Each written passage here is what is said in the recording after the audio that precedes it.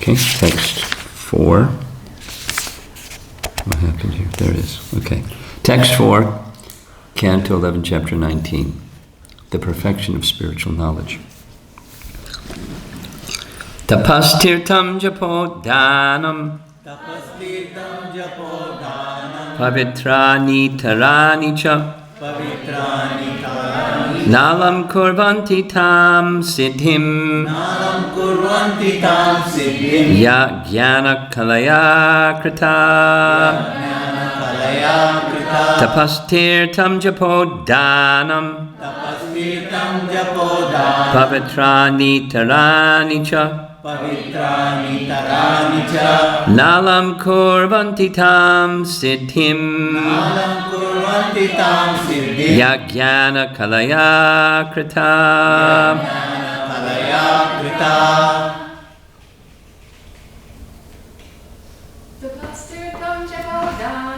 tapastirtam japodanam pavitrani tarani cha nalam kurvanti tam siddhim yajnana kalaya krita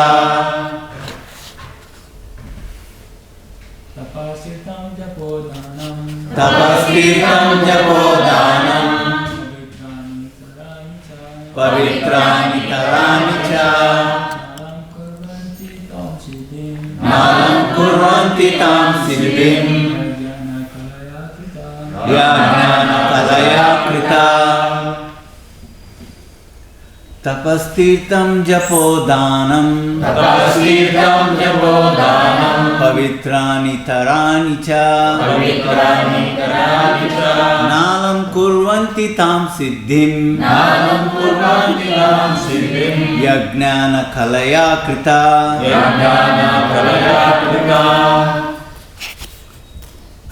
tapastirtam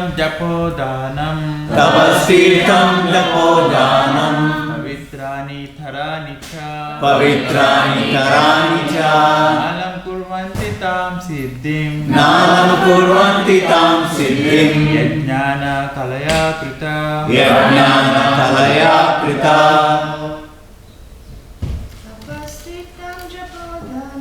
tapastirtam japodanam pavitrani tarani cha nalam kurvanti tam siddhim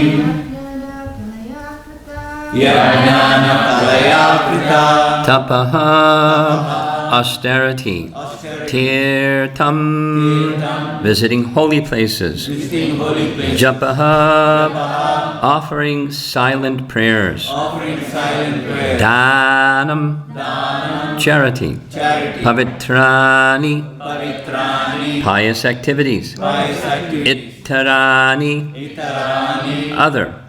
Cha, also. Na, not. Alam, up to the same standard. Kurvanti, they award. Tam, this. Siddhim, perfection. Ya, which. Jnana, of spiritual knowledge. Kalaya, by a fraction. Krita is awarded.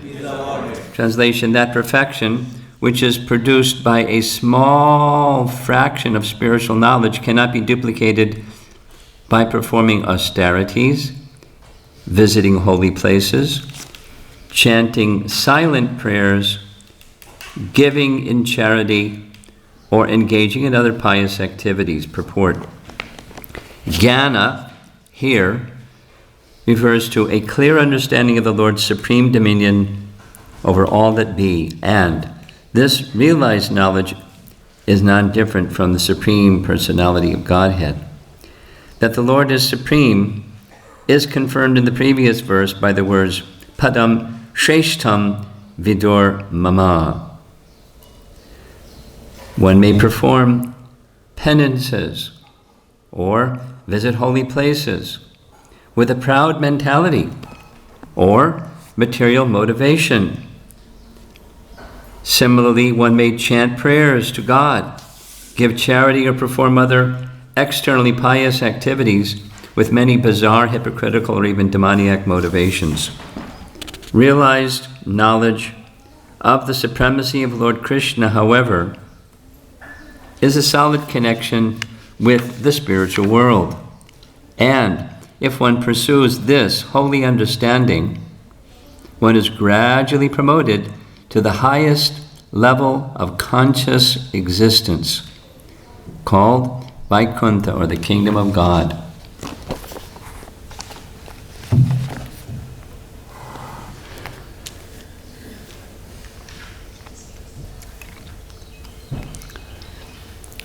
This is the Uddhava Gita section of Bhagavatam.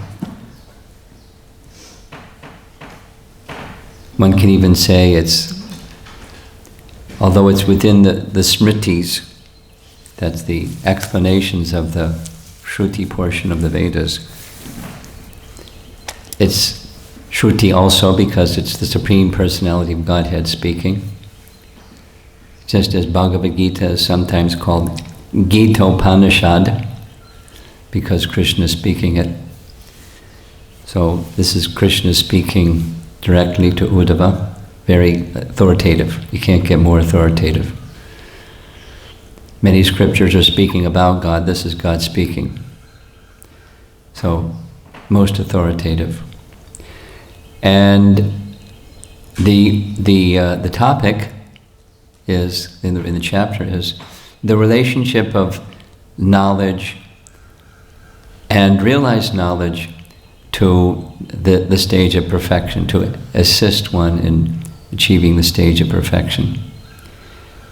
This verse number 4 has some of the same language as verse number 3, and references made in the purport accordingly, so they really should be discussed together. The previous verse is speaking about perfection.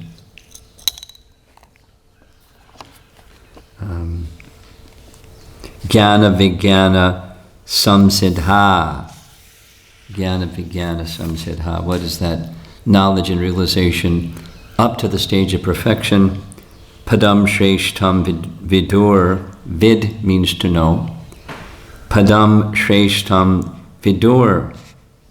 Mama. Mama. Krishna's Padam. Krishna's lotus feet. That's the supreme object. Shreshtam. Shreshta, it's used in Bhagavad Gita, it's the best.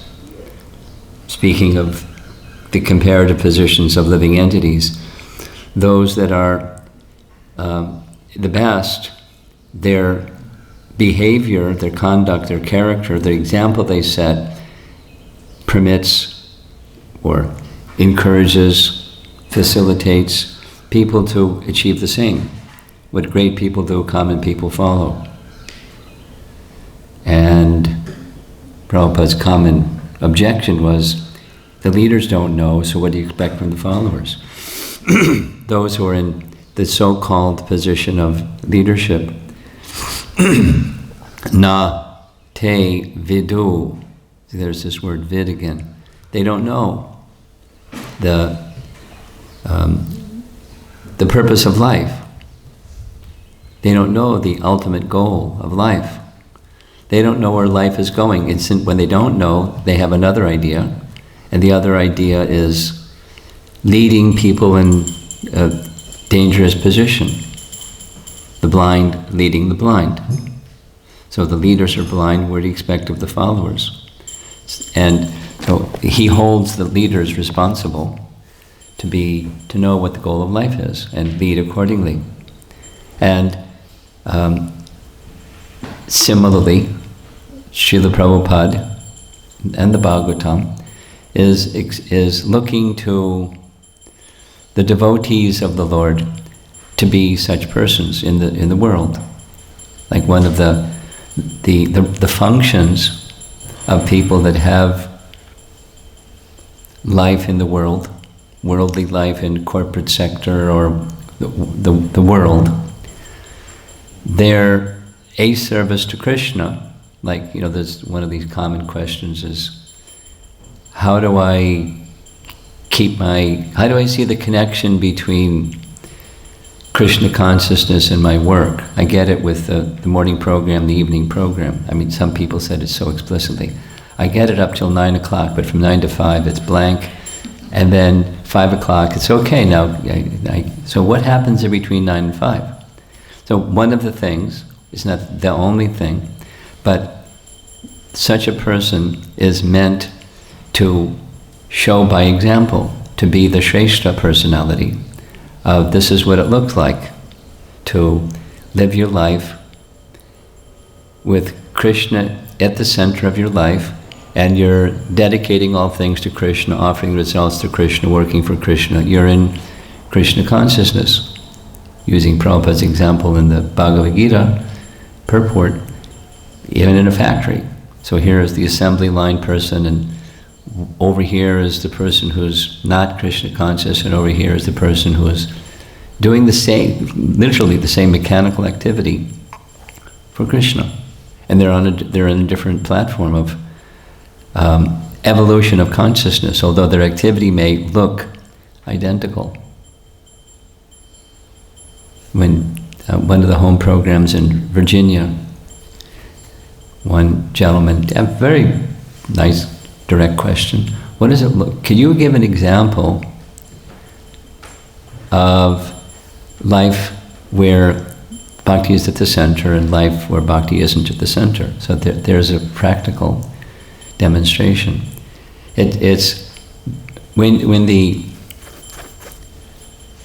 mind is not with Krishna, when you're not in Krishna's service, which means the mind is with Krishna, then one is moved by material nature, the modes, and karma, and a life of bondage. And with that ignoring of Krishna, suffering.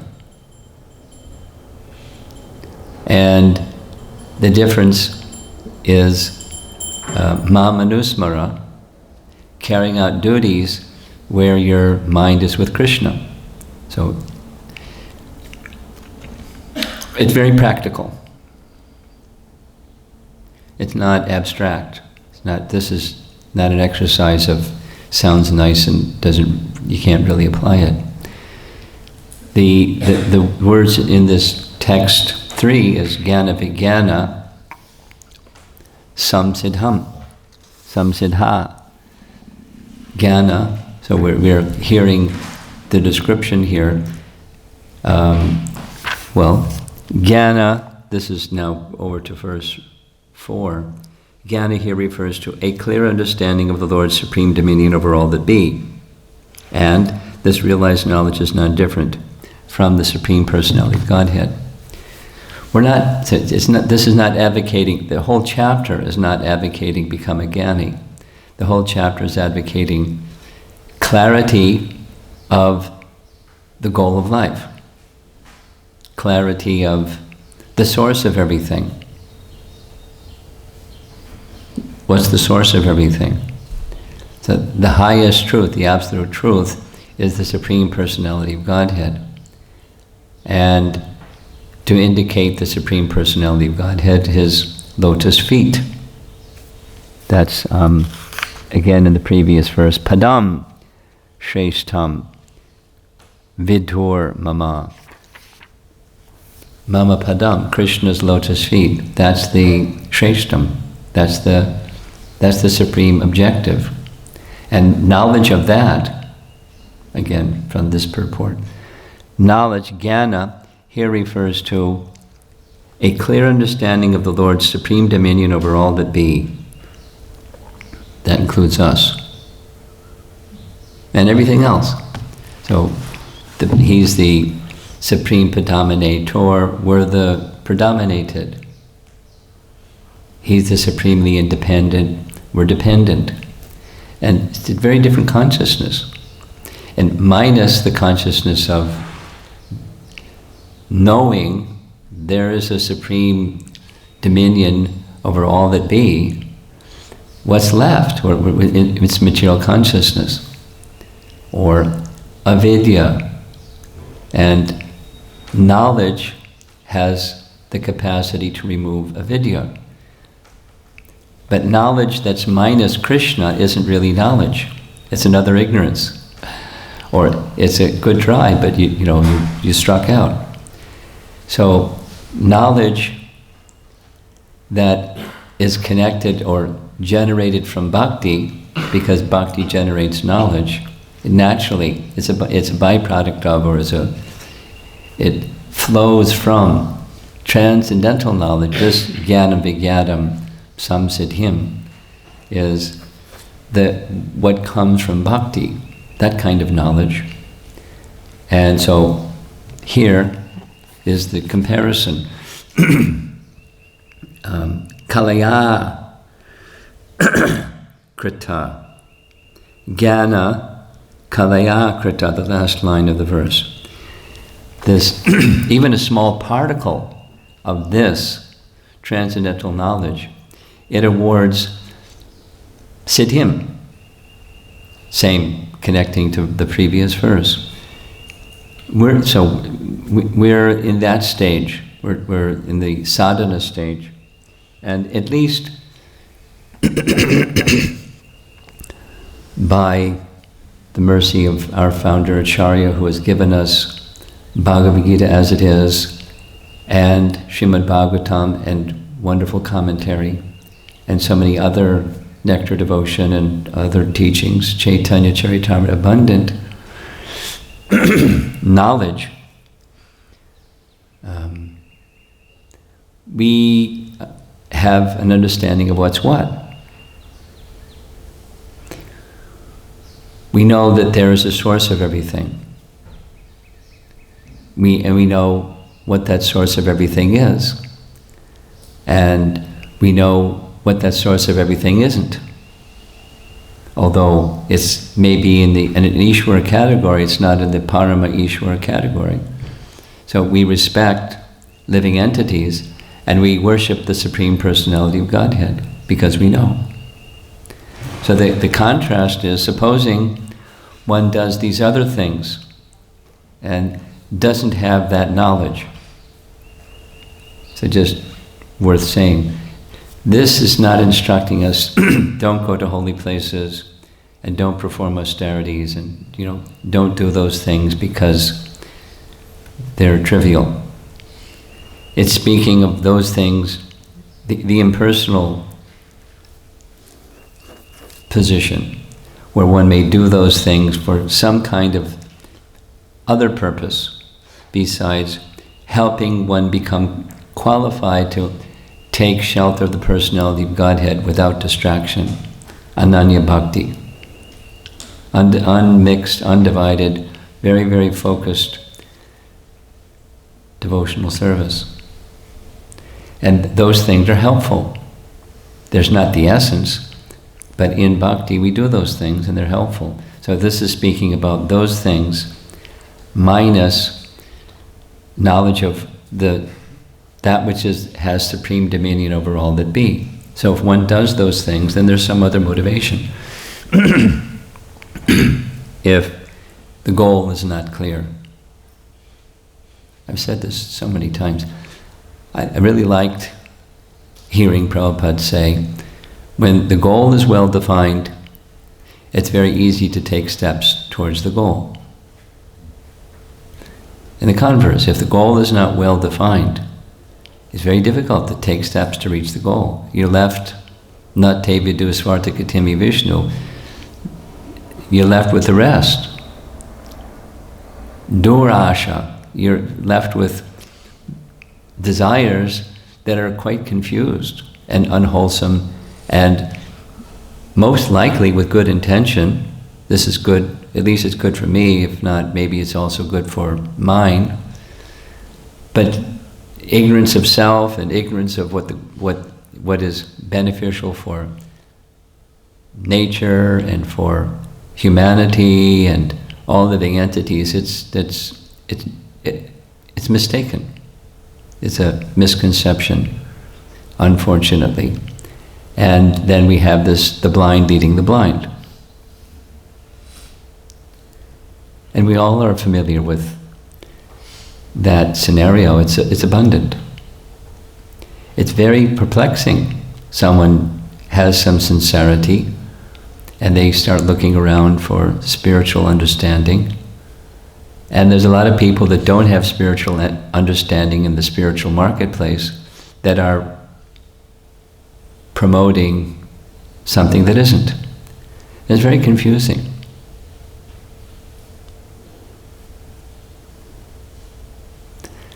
Just a little sharing, because it's connected to this text.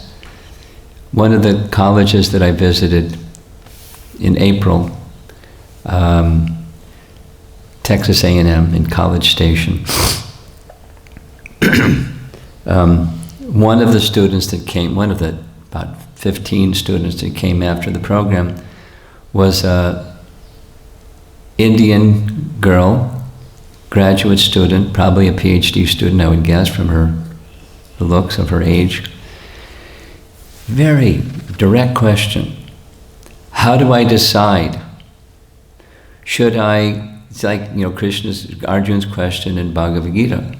How do I decide, should I accept the impersonal or the personal conception? There's options in the spiritual marketplace. And, she grew up with hearing, without the details, I don't know, and she identified it very clearly. Both in the impersonal conception, the goal is to become one. The idea spoken by such people is, there is no individual soul, all there is the one Brahman, and we've mistakenly accepted ourselves as an individual entity, and the goal is to become one with Brahman, and then end our misery and suffering and illusion. And she used the language, the Bhagavad Gita idea is there's Atma and there's Paramatma, and the Atma is to look up to Paramatma and engage in service with heart and soul and everything in service of the Supreme. So how do I decide? And then, in the course of the conversation, she said it again in slightly different language, but she was really clear about the different conceptions of divinity. And she was perplexed how to decide. It was a lively discussion. And of course, the invitation was, please, along with whatever it is that you've been doing because you grew up in this tradition, read carefully Bhagavad Gita as it is. Here's a copy. It's a gift for you. Please, just promise me you'll read it. And if you have any questions, let me know, and I'll see if I can respond to your questions. So I don't know how she made her choice, or what choice she made. I know that the advice that I gave, but it's perplexing.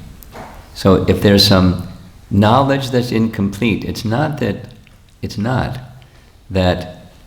knowledge of Brahman, of course, purveyors of knowledge these days really don't have the right understanding of what Brahman is either. But knowledge of Brahman is part of the knowledge of the Vedas. It's one of the features of the Absolute Truth. But how does the Brahman conception, rightly understood, fit in with Bhagavan? How is one going to understand that if one doesn't have a qualified spiritual master or a teacher of the descending knowledge coming from Krishna? Answer, you won't. It's such good fortune, it's such an important step, and Krishna makes it available, especially for those who are sincere. He knows the heart of every living entity and makes it available. Just like this Srimad Bhagavatam. It's available.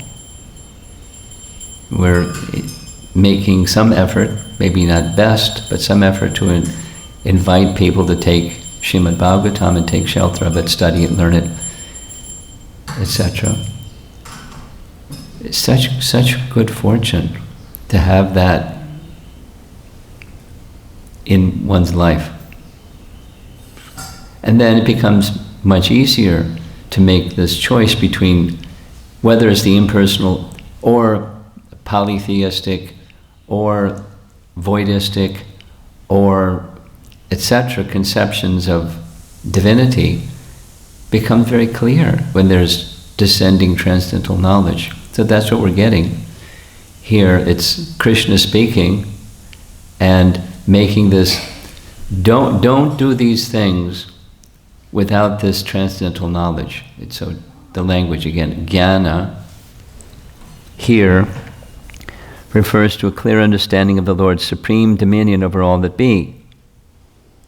And this realized knowledge, that's the vijnana terminology from the previous verse, this realized knowledge is none different from the Supreme Personality of Godhead. So if you have that, none different than the Supreme Personality of Godhead, you're with the Supreme Personality of Godhead even in this world.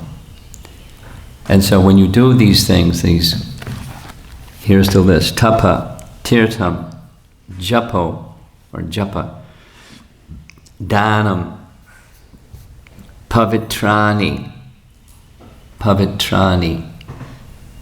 pious activities, pavitrani, that activities that lead to purification, and itarani, etc. Others, they can't compare. They can award material, but they can't award spiritual. And even a small speck of this spiritual understanding and realization delivers perfection when properly cultivated. So these other things are attendant to, but not the essence of, the transcendental knowledge that arises from bhakti. Just like it's, a lot of devotees are asking as I'm moving around, what about the Purushottam month? Can you speak something about the Purushottam month? And it's okay, it's fine. Get interested in, okay, how do we, so it's doing something because it connects with this auspicious month. That's nice. But the essence is not just doing something because it connects with an auspicious month. It's the purpose behind it. The purpose behind it. I'll just say one other thing and see if there's some discussion.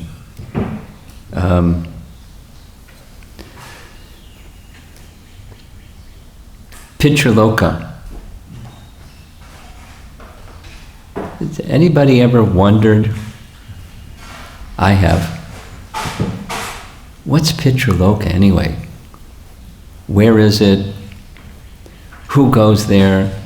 What determines who goes there? And what's that all about anyway? I remember having discussions with God brothers.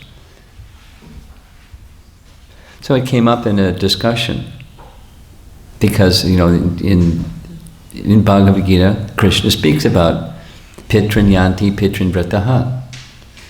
So, and then one gentleman, after that discussion, said, my grandfather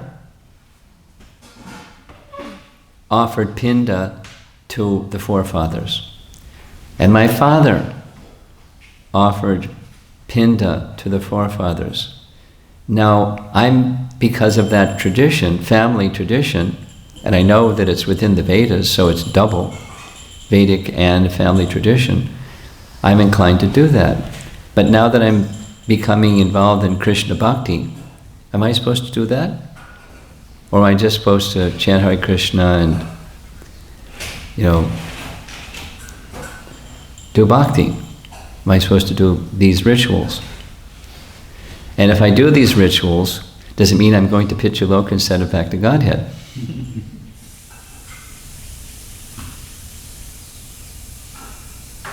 Questions? Interesting. So,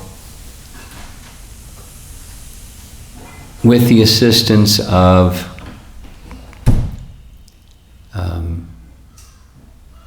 trying to remember his name, Antardweep Prabhu is the person in charge of the Temple of Vedic Planetarium.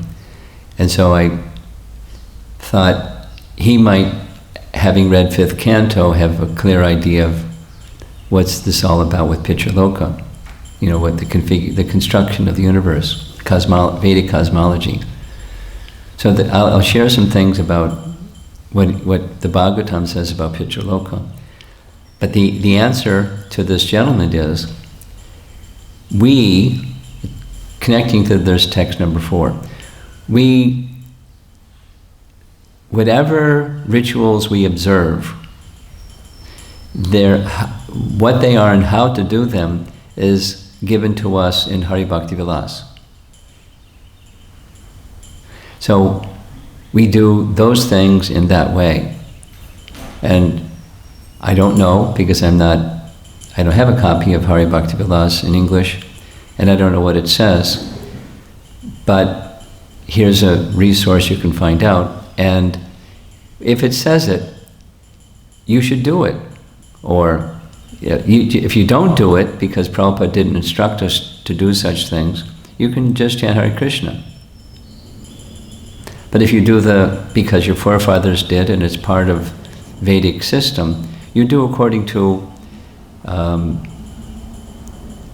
Hari Bhakti Vilas. And the purpose of all the rituals, or the how-to instruction, is bhakti. It's satisfying the personality of God. So if you're doing this, if you do offer Vishnu Prasad, because that's what Pinda is, to the forefathers, it's a service to the soul to give spiritual benefit to the soul. Just like you may be involved in Food for Life, and you distribute prasadam. And it's, can be considered pavitrani, pious activity, you're feeding hungry people. But it's giving spiritual benefit to them. Or you may sponsor the Sunday feast. And if you sponsor the Sunday feast, you're feeding the Vaishnavas. And that's a pious activity. But it's devotional service to the Vaishnavas. Because Krishna is to be pleased. So if you do this ritual of offering pinda to the forefathers, it's for the purpose of satisfying the personality of Godhead and honoring a soul that happens to be in your family system, and you're doing service specifically for them because you're a son, you're a male descendant, and you're doing this for their spiritual benefit. And because you're doing it for their spiritual benefit, your destination is Krishna, not Pitraloka. But there are persons that don't have that for Krishna picture, and then those persons want to be with their forefathers, and they may, if sufficient piety is there, go to that place. So you're going back to Godhead, and somebody else may be going to Pitraloka. So it's the consciousness behind the activity. Similar with all these other, Prabhupada sometimes calls them high-grade activities, or auspicious activities, or Sukriti activities, activities that produce merit. We observe them in Krishna service. We go to holy places, and we do different austerities and things like that for Krishna, to help qualify ourselves for Ananya Bhakti, unmixed, not cluttered, not mixed motivation devotional service, for Krishna devotional service. So a little detail about Pitraloka, and then we're done. So what Antardweep shared with me is what the 5th canto says about Pitraloka. And I used to think, wrongly, that maybe it's somewhere in this Bhuvar Loka region. Bhuvar, Svargaloka. And because it's a place of pious persons, therefore maybe it's not in the heavenly region, but it's maybe in this Bhuvar region. So I was wrong. I was just guessing. And I never said that's what I think, but just that's what I was thinking. So the Bhagavatam says it's below Rasatala, the lowest of the hellish planets, but above the Garbhodak Ocean. And it's something like the subterranean hellish planets are also down there, and there has to be some piety or kriti to go to the subterranean heavenly planets, but it's people who don't have the right motivation when they do some pious activities to get to that subterranean heavenly planet, a hellish planet. Subterranean heavenly planet. So, Pitriloka is people who want to be with their ancestors, and then that's where it is and who goes there. And so they may go there. That means you go there if you want to go there and you have sufficient pious credential. And then to stay there for some lifetimes, it's dependent, so it can go left or right. If the male sons in descent offer pinda to the residents of Pitri, they prosper and enjoy great happiness, and they may take birth again in the same dynasty that they came from, and then another birth, they go there. But if the male descendants don't do that pinda, then they have terrible suffering. So it can go either direction. And it's so much terrible suffering that they may become Yamadutas. Yamadutas. Because according to the Bhagavatam, the presiding personality of Pitriloka, like the president, is Yamaraj. And Aryama, his kind of sidekick or assistant or apprentice or something. And according to what, I didn't read the verses, but according to what Antardweep shared, they are so angry at their descendants that didn't do the rituals, and people who fail to perform prescribed duties and cause suffering for themselves and others. They want to let them have it. Punish them. They may become Yamadutas and punish people that are neglectful of religious duty and sinful. So now, where's that in any other scripture that you know of? I can say this from visiting in China. It's common. Maybe even say it's pervasive. That they don't just respect their ancestors, they worship their ancestors. There's a little worship place, and not everybody, modern people, the millennials, they don't do that, but the traditionals, they worship the ancestors. Now, I don't know what their understanding is, but I can take a really good guess where the idea came from Vedic culture. And there are vestiges of that Vedic culture. It's being maintained through the generations and generations. Now, Kali Yuga progresses when the wisdom of the ancients gets dismissed. And therefore the Chinese government is making its best effort to encourage the spiritual inclination of the people of China. This is current, to take interest in the wisdom of the ancients. So that's what the government wants, because it will help maintain sanity and stability and morality in this humongous population that doesn't have a moral compass otherwise. It's very practical. And there's no God in the picture. It's just wisdom. Worship your forefathers and all of the other things that are of a moral inclination or value-oriented inclination. So now back to this verse.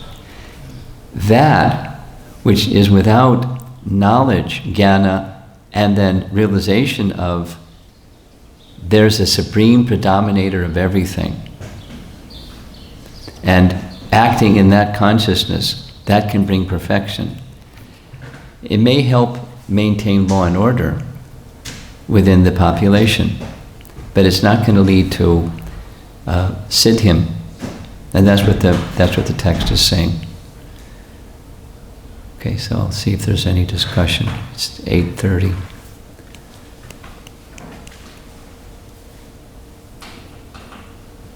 Yes.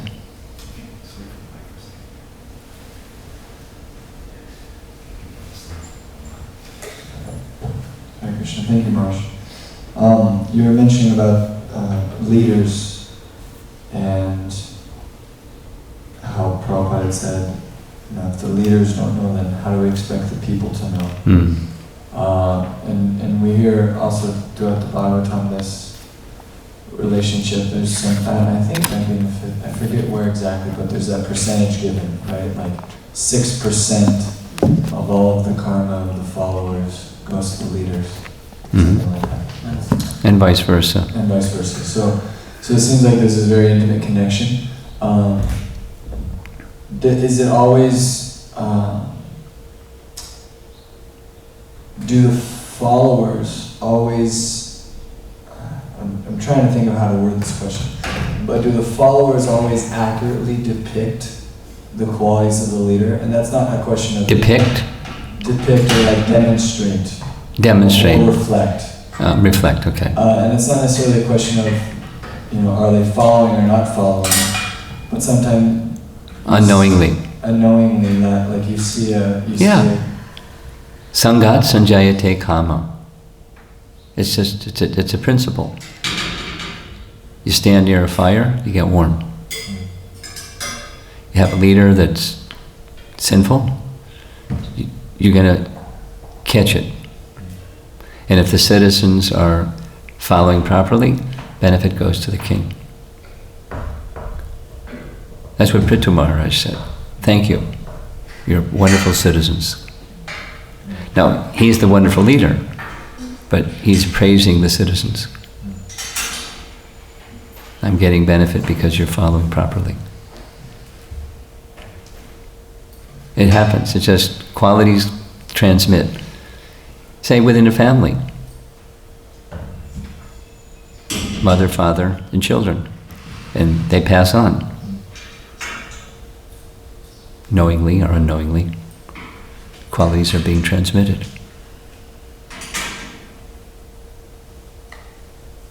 Well, and this is a nice example that you bring up, because sometimes we see families, and I guess you're saying unknowingly, and maybe there's even qualities that aren't necessarily visible, but sometimes you see, especially within devotee families, really strong devotees, very nice devotees, but then their kids may derail. But that has a lot to do with association. Public school, for example, and the options of sense gratification. Yeah.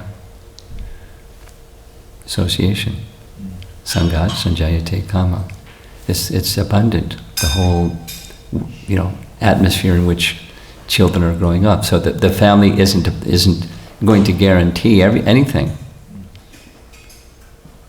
Just with a family where the father, I felt so bad for this 12-year-old boy.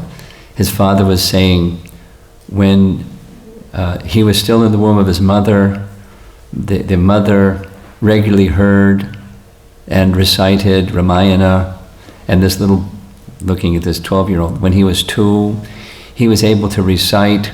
As soon as he began to speak, he was reciting Ramayana pastimes that he heard while he was still within the womb. And, he knows all the stories. And he's just sitting there like this, like listening to Dad going on. But something happened and he lost interest. And I'm waiting for that day to come when it'll come back out again. And he's still straight-faced. I don't know what was going on inside because he wasn't disclosing. Because he felt a little uncomfortable. Like you made a wrong turn and you fell into the ditch and we're, like you to come out of the ditch. And that's how I felt the son was probably feeling. But in any case, so whatever the reasons are of forgetfulness or slackening or something or other, it can be more than just bad association. It can be stuff back there in the previous lifetimes and it's now fructifying. So many things could be the cause. But whatever goes in, it's never lost. That's for sure. And the right time and the right circumstance, let's say a resource from Krishna that prompts that previous bhakti to restore and reawaken, both time and circumstance, then that's what we're looking for. And we're just, it'll come. It won't be. It may become covered. Spiritual consciousness may become covered, but it's never lost. Anything else? Yes, up front here.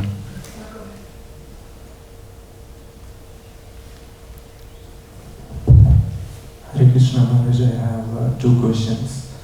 The first one is, Prabhupada mentions in this Prabhupada about even a small amount of knowledge about the lotus feet of the Supreme Personality of Godhead guarantees success. So I was just trying to understand the phrase, knowledge about the lotus feet of the Supreme Personality of Godhead, whether it means in the literal sense.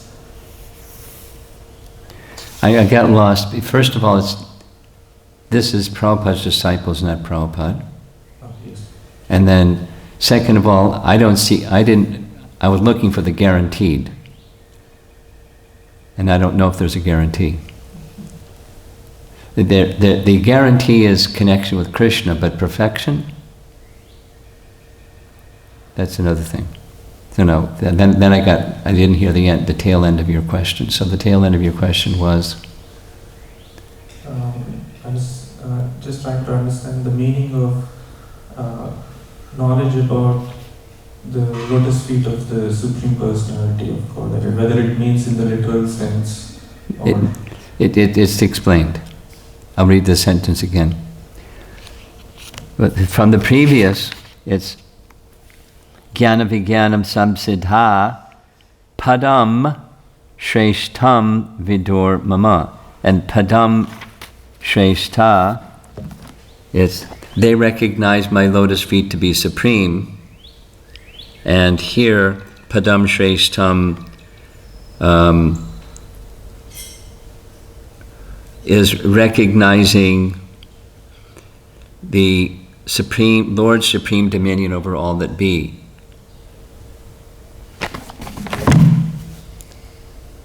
So, take it either way. You have the lotus feet of the Supreme Lord, you got the Supreme Lord. Because Angani Yasya Sakalendriya Vritimanti. Second question. You mentioned about Pinda ceremony, Maharaj, and I was just saying that, especially in India, we see that the traditions, these kind of traditions, are slowly being lost as yes, they are. Kali Yuga progresses. So, what if someone who is unaware and doesn't perform, is unaware of these kind of rituals that are supposed to be done as a part of the Vedic tradition, but one continues in the devotional service of... Fine, chant Hare Krishna. Prabhupada didn't teach us. So I have forefathers. Does that mean because I don't know about and I'm not doing, I'm in the doghouse? I'm chanting Hare Krishna. Everything is there. Now, in refinement of devotional service, so I can do this, or I should do this. And then there's a procedure to do this. But if, supposing I don't, which is your question, chant Hare Krishna. Everything is there. Now that's a matter of faith. And it's also a fact. But realization of facts depends on faith. But even if I don't have, I don't know, I just have faith in the holy name. That's what was given to me by my spiritual master, the founder Acharya of ISKCON. That's good enough for me. I'm not in the penalty box because I didn't know something else. Or should we? Yes. And if we don't, chant Hare Krishna. Is that all right? Yes. Okay. Someone, okay, in the back.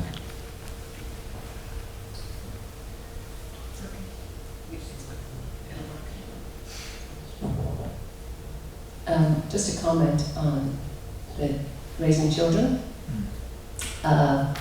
They will grow up and they do have to make their own choice. Oh, yeah. Krishna consciousness.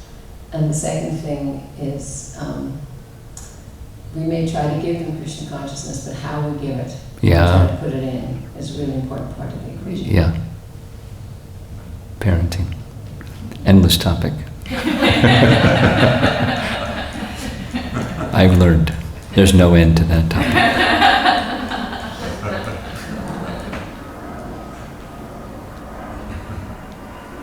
And corollary is the educators of the children, and another endless topic. How to, it's not just the knowledge, but how the knowledge is transmitted, and the relationship, and the character of the teacher, and how to bring the best. It's another endless topic. There's an art, but the topic is endless.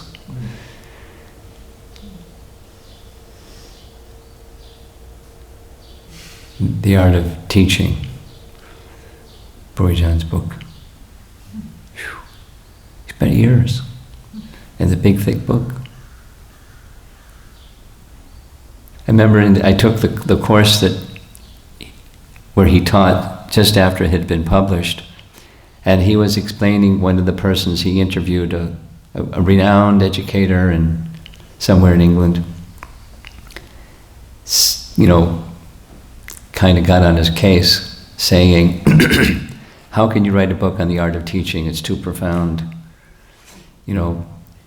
There's too much subtleties, and it's an art. So how do you put an art into a book? And Borijan explained, still there's principles that one who wants to know the art it's beneficial to know the principles. And then the application of principles, of course, is so diverse, from teacher to teacher, and student to student, and circumstance to circumstance, and culture to culture. But still there's principles. So, anything else? Srila Prabhupada ki Jai.